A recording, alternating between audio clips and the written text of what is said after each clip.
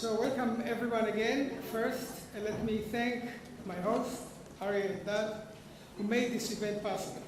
I'm Eli Hertz, and I'm here to share with you what I would consider to be one of the best kept secret of international law and diplomacy, the mandate for Palestine.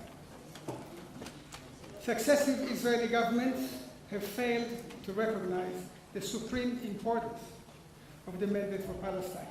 Leadership both in Israel and in diaspora do practically nothing effective with the best legal weapon they will ever have, using the mandate for Palestine. I hope that by the end of this session you would be better prepared to challenge the many myths surrounding Jewish rights to historical Palestine and expose the falsehood behind the use of the words settlements and occupation. I have to move a bit. So let's start.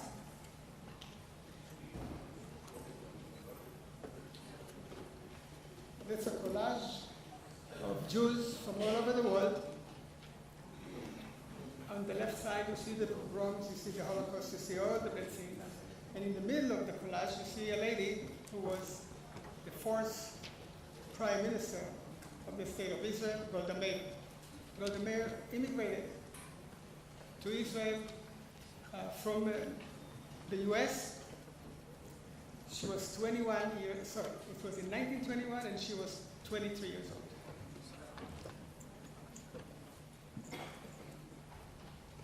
So what is Palestine?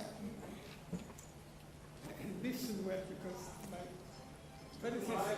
We don't hear you. Okay. What is Palestine? I have a problem that I cannot see my stuff. It's impossible. I cannot see.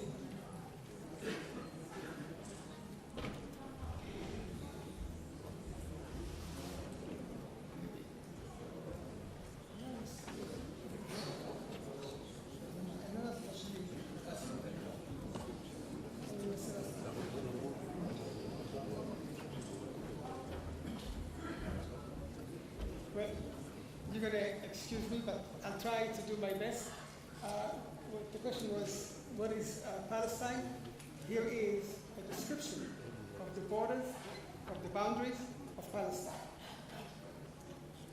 It's prepared by the commissioner, the highest level in Palestine, and was sent to England, to the League of Nations, and the British government.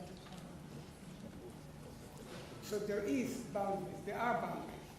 If you check them well, they make almost the map here on the left side.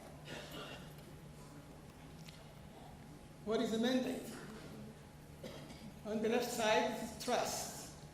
The mandate for Palestine is a trust. It is a legally binding document published by the League of Nations on July 24, 1922. The trust will expire only when all of its terms and conditions are met.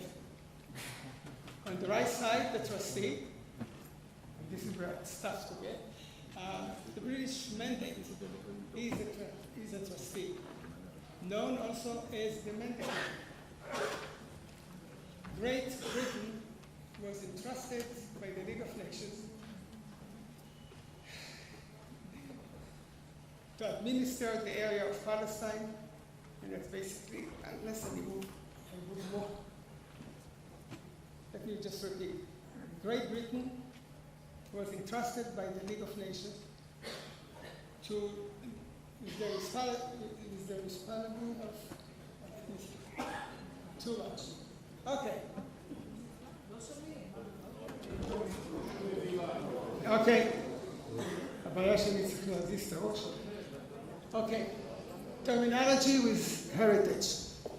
At that time, you could recognize those who deal with a home for the Jewish people. They all believed that they are coming to the land, all believed they were here before. And so you can learn it from the way they expressed themselves. For example, redemption of Palestine, reconstituting their national home. recreation of Palestine as a nation home, rebuilding their ancient homeland. All this means for them, we are here back, we were here before. The most significant events, four of them, that led to the creation of the Mandate for Palestine. The founder of modern Zionism, Theodor Herzl, the Balfour Declaration, the San Remo Conference, and the Mandate for Palestine. Theodor Herzl. Theodor Herzl lived just 44 years. He was very young when he died, but in those 40-some years he did miracles for the Jewish people. And his biggest achievement was the first Zionist Congress in Basel, Switzerland, where he was able to convince the leadership, the Jewish leadership in Europe, UK, and US to come together for that conference. The Balfour Declaration. His Majesty's government view will favor the establishment of Palestine of a national home for the Jewish people. The victory of the Allied powers opened the way for a larger scale of Jews returning to Palestine. You see the area I marked in yellow. This reads sympathy. At that time, there had no weight of politics there. It was just a sympathy with the Jewish people who are struggling to get a home in Palestine. At that moment, as I said, there is no significant political significance to it. Later, the Balfour Declaration was embedded almost in every document that the British issued.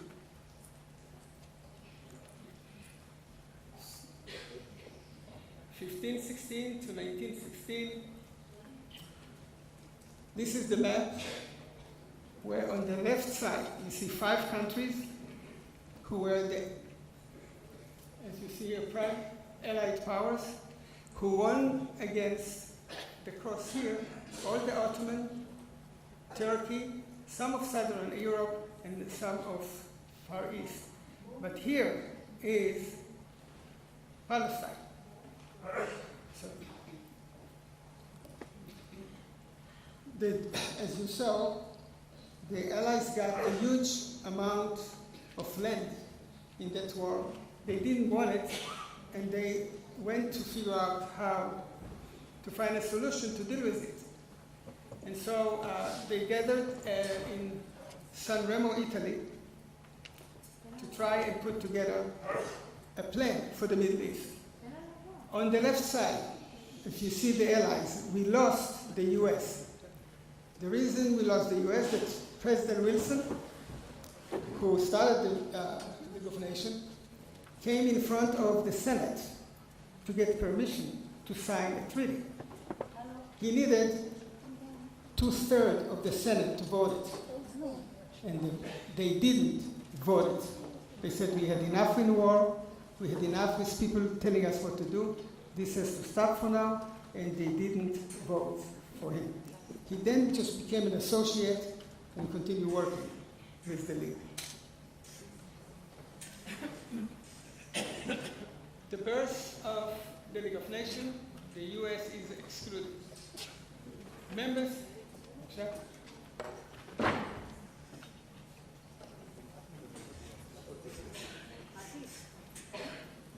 the birth of the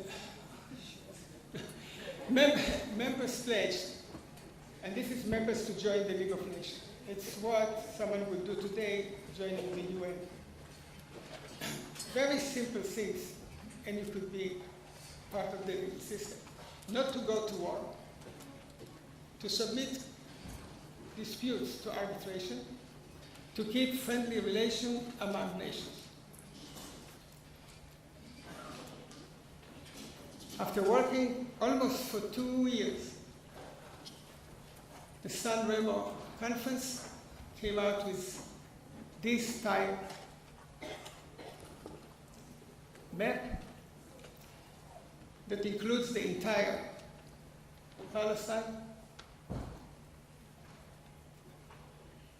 and to enhance, for the League to enhance their decision to do something for the Jewish people, they were able to, 51 members countries, the entire League of Mandate, the League of, let me just repeat it again. Recognition has been hereby given to the historical connection of the Jewish people with Palestine and the grounds for reconstituting the nation home in that country. 51 members were the entire League of Nations. Like today, we'd say the UN is 190 members. That's a cover of the Mandate for Palestine. We just did some cosmetic stuff. This is how it looks. Sometimes you see those documents with different dates, but the dates only refer to when did you print it. The content stays the same. Here is the first article that gives the Jews a little bit of a headache. And it's Article 25, Mandate for Palestine, where Jews cannot live. Article 25 of the Mandate for Palestine, entitled the mandatory to change the terms of the mandate in the territory east of the Jordan River. Great Britain exercised this provision by Article 25, cutting away 77% of the land originally earmarked for the Jews and gave it to Jordan.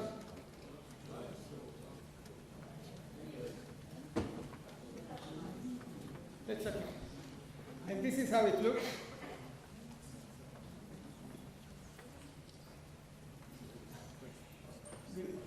We'll do it a bit faster. Here is the map. The right side is obviously what we lost, which is about 77%, and we were left with 23%. And this is how close can be this diagram, this map, with what's happening today in Israel. It's a very similar one. The 23% are the Jewish, Palestine 70% is the Arab side.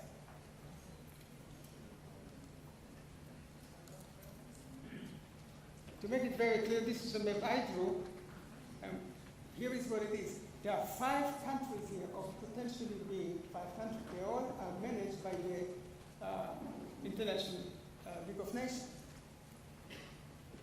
4 of them, the grayish area, are Arab countries. Just one Jewish country, or to be a Jewish country, is here, Palestine. This is humongous tracts of land that each of them received. And when they claim they need more land, they don't tell you that this is what they got before. And this is the same League of Nations who gave Palestine to the Jews, gave those 4 slots to the Arabs.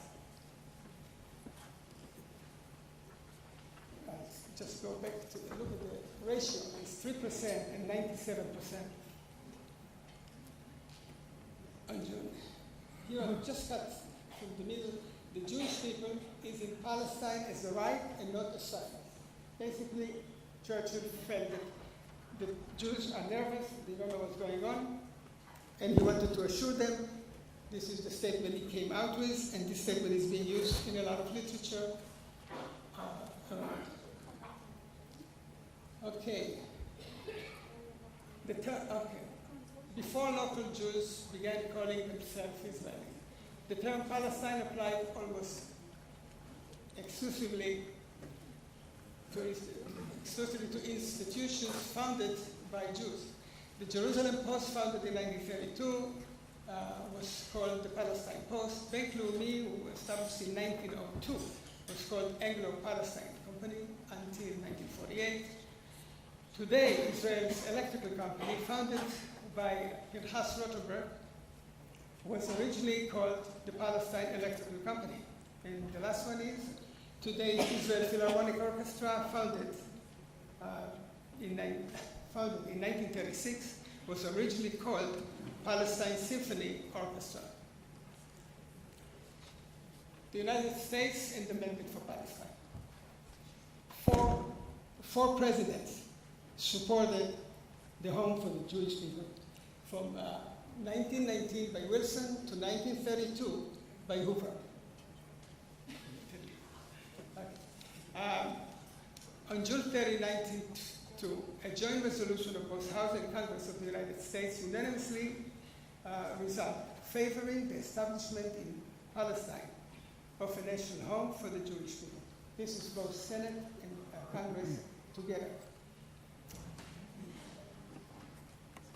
Since I don't have a lot of time, I'll read you the last one here, and this is a speech on the floor by a congressman, that if they, Arabs, will not consent to Jewish domination under condition of right and trust, and then just, I'm sorry, it's not true. Another agreement that we need to remember is the US and Britain. The Britain wanted to get all the rights, the same rights that the League of Nations people got, and they did it by signing off to the mandate for Palestine. Harry is going to kick me out now. This is the first gathering, actually 3 miles from my house. Are you doing guys some time or done? I'm sorry, next time we'll reverse the position. Okay, thank you.